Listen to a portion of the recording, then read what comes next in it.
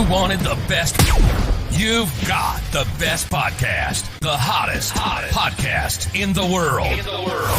The Chris Voss Show, the preeminent podcast with guests so smart you may experience serious brain bleed. Get ready. Strap yourself in. Keep your hands, arms, and legs inside the vehicle at all times, because you're about to go on a monster education roller coaster with your brain. Now, here's your host, Chris Voss.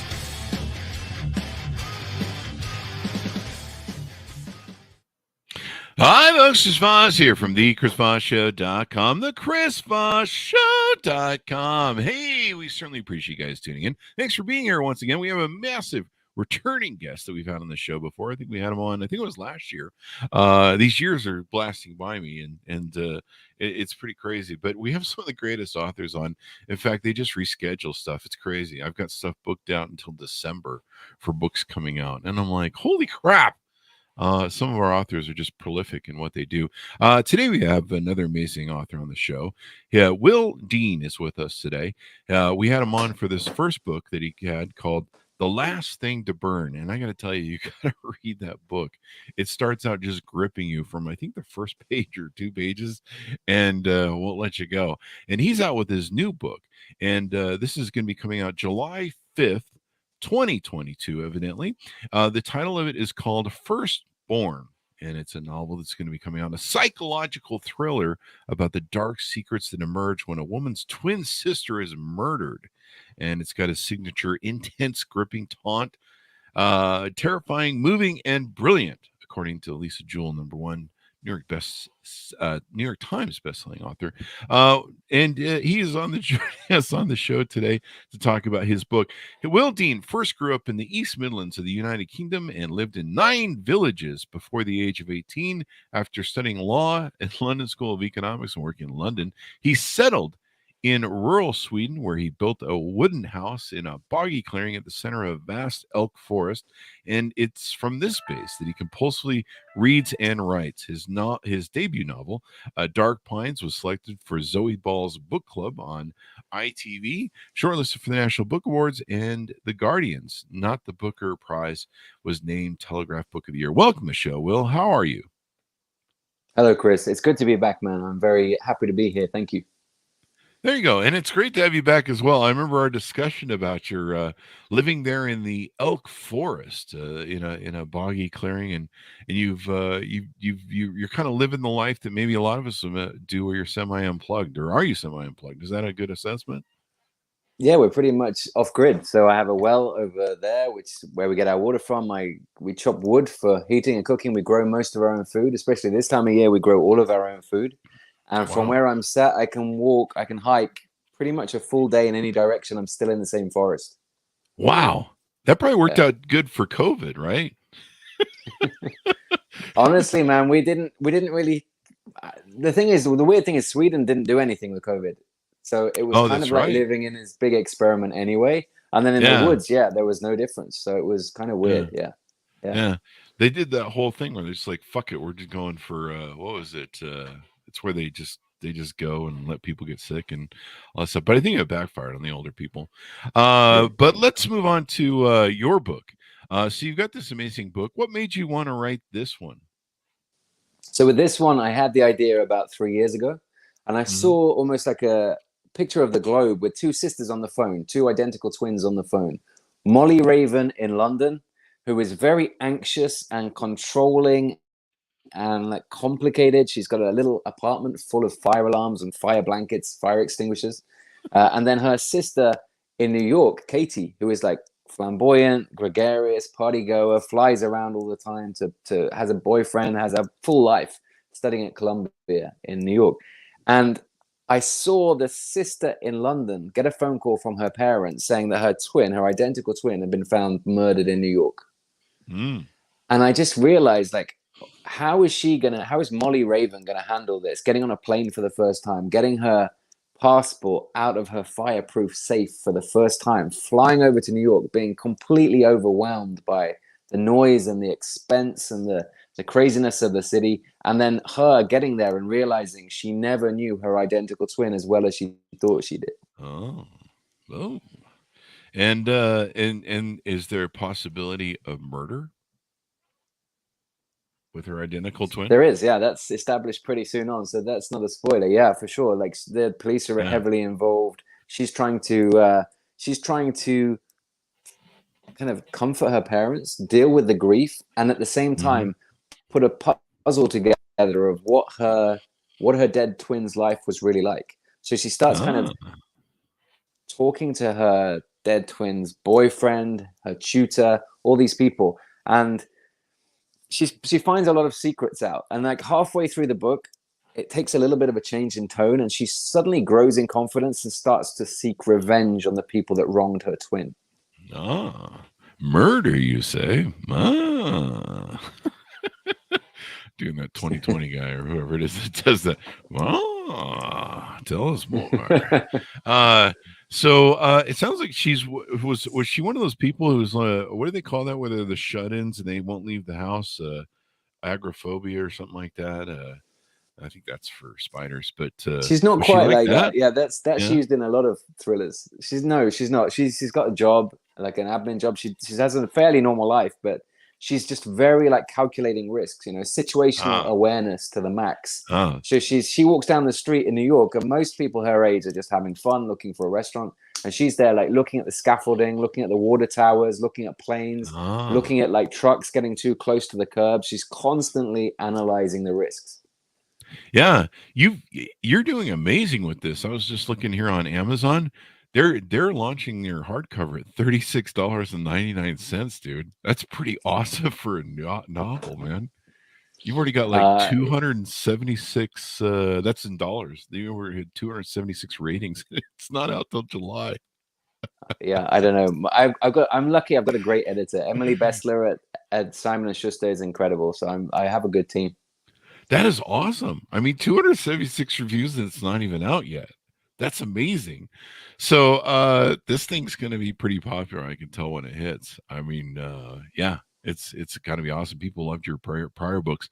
So she kind of develops and does some of that sleuthing ability or watching for danger ability end up turning her into a bit of a detective. It does, in a very dark, kind of sinister way. So I got a DM from someone the other day saying that it was like a cross between Gillian Flynn and the talented Mr. Ripley, and I like that. That's kind of where it sits. So it's quite dark, and things happen that you don't expect. But it's all rooted in the psychology of twins, because I find twins so interesting. When I was researching it, I heard from two identical twins who had never really touched each other since they were young kids. One of them said it was too weird, too freaky to hold hands with the other twin because it's like looking at yourself in the mirror. I found that really interesting. That's a really interesting thing. I mean, I always thought twins were like really buddy, but I guess, Well, with those two, they were really close. They talked to each other constantly throughout the day, like sharing really mundane snippets of information, but they can't touch. That was the thing that was just like, no, I can't do that. I can't give my twin a hug because it's like hugging myself. Did you interview a lot of? Go ahead. I'm sorry. No, sorry. I two other twins, and this made it into the book. Actually, one said that she bought a dress. She didn't tell her twin. The other twin bought the same dress, weirdly, at the same time, and then she saw her twin wearing the dress, and she was like, "Oh my god, that's how I actually look in the dress. It's not how I look in the mirror. That is how I look and how I move in the dress. I'm never wearing that dress." Oh wow. It's kind of like when women show up at a party and someone else has got the red dress or the black dress on or whatever. And they're like, oh my God, they have the same dress. And you're like, yeah. But imagine that, but it's like you wearing it. That's the weird thing. Yeah. Yeah. That would be weird to look at yourself in the mirror. Did you interview a lot of twins for the book? I didn't interview any twins, but I just did a huge amount of research, like reading blog posts from identical twins and also just siblings. I'm really interested in that sibling rivalry thing. Like with these two, they were treated exactly the same until they were 4 years old. And then the fun one after that was kind of labeled the fun twin. And she was treated as the fun, lighthearted, entertaining one. And the other one was labeled like the serious, difficult twin. And I find it interesting how that resentment can manifest later on in life, Yeah, and it plays out in the characters and stuff. Were there any movie stars you had in mind when you were writing the book, or anyone in your real life that you were thinking of as some of the characters you're writing about in the book? Honestly, no. I think now that I'm talking to production companies, I need to start thinking about casting choices. But I never think like that. A lot of authors do. I know that, and that's probably a good idea. But I write in first person, so I see the world. So in this book, I see the world of New York through Molly Raven's eyes. So I don't really know what she looks like even. I'm just looking at like how she deals with the world and how she deals with her dead twin's tutor who was hitting on her, how she deals with her dead twin's neighbor, some incel who lives in the basement who was really creepy around her. So that's how I see that world. Wow. And so I want to ask about the incel, or is that going to lead me down a road? No, you can ask. You can ask. The incel doesn't. The incel didn't do it then. Man, I can't tell you that. I can't tell you that. But he's an interesting character. Because he's an ex-incel. That's the interesting thing. So he's been rejected by the incel community. He was a big part of it, a big YouTuber. How do you get rejected by the incels? I mean, I thought they were the rejects. The rejects. Well, this is the interesting thing, right? I'm interested in subcultures, and I went down a rabbit hole with this subculture. I never really knew they existed until this book. But this guy was a big incel, and then he suddenly kind of started working out and started seeing girls, and then he got rejected by the incel community, and now he's so now he's a YouTuber, but a lot of people don't like him, and so I can't. Maybe the incel people will kill him. That's their next book. I already blew the ending for the next book. No, that's kind of funny. I didn't think, you probably get rejected by the incel community, go the other way. It's so interesting, the incel community. I just look at it and just go, what the hell have we done wrong the last 60 years? So what are some other teasers about the book? Is there any stories or tidbits you can tease out for us that you think people will find interesting, or maybe scenarios? Well, someone who gave me a quote said that it's part murder mystery, part psychological thriller, which I think is spot on. So the first half is very much Molly being in New York, out of her depth. And like, to give you an example of how she is out of her depth or how paranoid she is, when she flies for the first time, she starts researching, can I take a parachute on the plane, like a commercial airplane? She takes knitting needles that are like, she takes knitting needles that are duct taped together in her coat, because you're allowed to do that on a plane. I didn't know that. She takes like all these improvised weapons that are allowed, that she kind of makes on the plane, because she's so terrified of like hijacks and stuff. And when she's in New York, she walks around. She knows she can't walk around with a baseball bat, but she knows she can walk around with a baseball bat and a baseball and get away with it. So there's a lot of that. I researched a lot of like Navy SEALs talking about situational awareness and how to defend yourself in a place like New York, where you're not allowed to defend yourself in other ways. It's really interesting.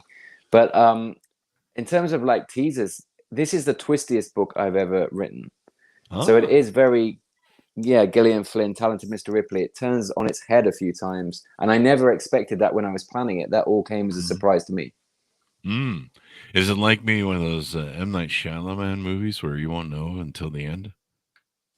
Kind of, but the thing with him is, like, The Sixth Sense was a masterpiece, right? It's such a good movie, especially when you watch it the second time.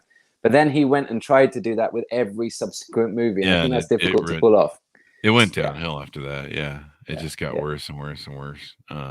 I think the Mel Gibson movie was the last one I could stand. It was so obvious how the ending was going to be. It was just like, you've overplayed this. But that was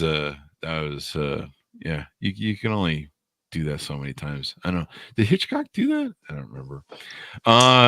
Was there any? What he did was suspense. I love the way he did suspense. So he used to say that the best way to write a suspenseful novel is to have two characters at a table, and there's a bomb under the table, and the reader knows there's a bomb, but the characters don't. Because you can string that scene out for hundreds of pages, them just talking, and you know that there's a ticking time bomb. That's the genius of suspense. And I think he's absolutely right. Yeah. What was so amazing about his work was he didn't really believe in actors. He believed in directors and writers, I guess. But he was so critical and so ugly towards actors. And he really felt like he wrote well enough and directed well enough that it didn't matter the actors he could put in his movies. He could just kill based upon, what he did. And I remember seeing recently the Psycho building and how it was shot and the back end of it. and how it was built so that he could do that, that famous shot from top down from the stairs and stuff. It was pretty interesting to see, because he really pioneered some of the cinematography back in the day. 100%. Yeah, I love the way that he shot his movies. And also I watched the other day, I rewatched The Exorcist, and the way they shot that movie as well, with the steps. Oh, yeah. And just that building was incredible. Yeah, that was a hell of a movie. Scared the hell out of me, but such a great movie. But yeah, there's some scenes in there that they'll make me jump every time. Like when the girl comes running down the stairs upside down on her hands, and like, ah! I know, man. It's and I feel sorry for the actress, because like, what a thing to. Sorry, we're not talking about my book anymore, but what a thing to act when you're like 12 years old. Yeah. How do you move on from that in life? Yeah. Yeah. I think my 6 wives are the same way. The every now and then to run around like that. So are most of your books psychological thrillers? Remind me if they are or aren't. Or suspense. Yeah, I think they're just dark, unsettling books. Yeah, they're suspenseful. Yeah. I don't think every novel needs a big twist, but I think when you come up with one, it can be really satisfying. Like a Gone Girl twist or a Shutter Island twist. It's a beautiful thing when it happens. So who hurt you? No, I'm just kidding.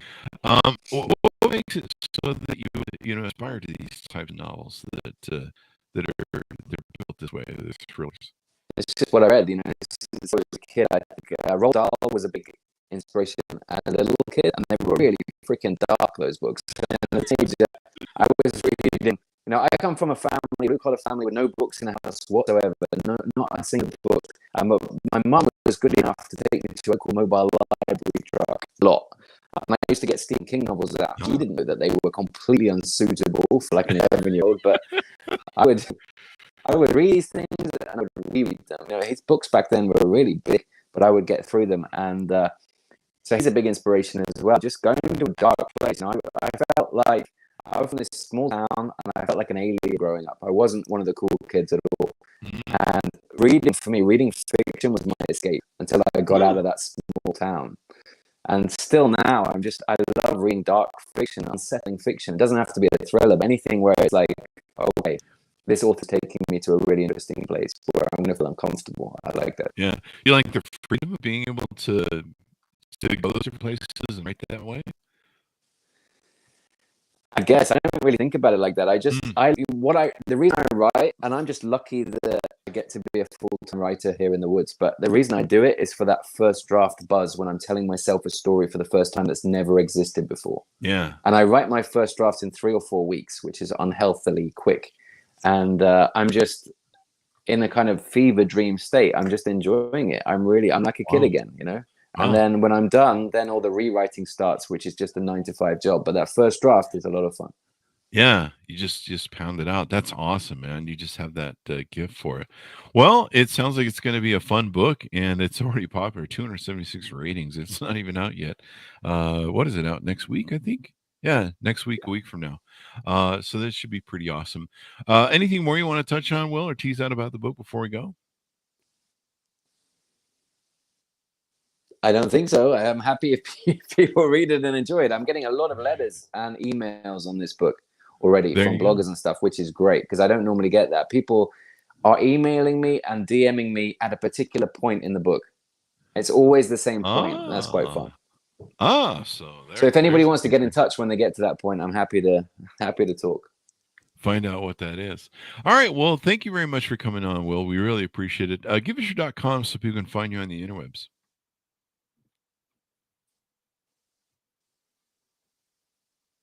On Instagram, Twitter, Will Dean Author, TikTok, and on YouTube, I'm Will Dean Forest Author. And on there, it's not about my books. Will Dean Forest Author is about me giving other writers tips on how to get an agent, how to get published, how to make money from being an author. Now, I recall that. Yes, you have a YouTube channel on it as well, right? Yeah, so I share my query letter that got me an agent because it's hard to get a literary agent. It's tough. Yeah. And so I wanted to just give that up so it would help other people and try and give people a little bit of confidence that they can do it, because a lot of writers are from like literary families in London and New York, and I was not that person, and I never thought I'd be able to be a writer. So anybody else like me, I want to give them a little helping hand or a bit of confidence that they can do it as well. There you go. There you go. I remember watching your videos. Well, thank you very much, Will, for coming on the show. We really appreciate it. Thank you, Chris. Great to be back. Thank you. And continued success, my friend. Thanks, Mountains, for being here. Be sure to go check out all of our properties on LinkedIn, YouTube, Twitter, Instagram, TikTok, all those places the cool kids are playing. Chris Voss, youtube.com/Chris Voss. And then the big LinkedIn for all that sort of stuff. And goodreads.com/Chris Voss as well. Thanks for tuning in. Be good to each other. Stay safe. And we'll see you guys next time.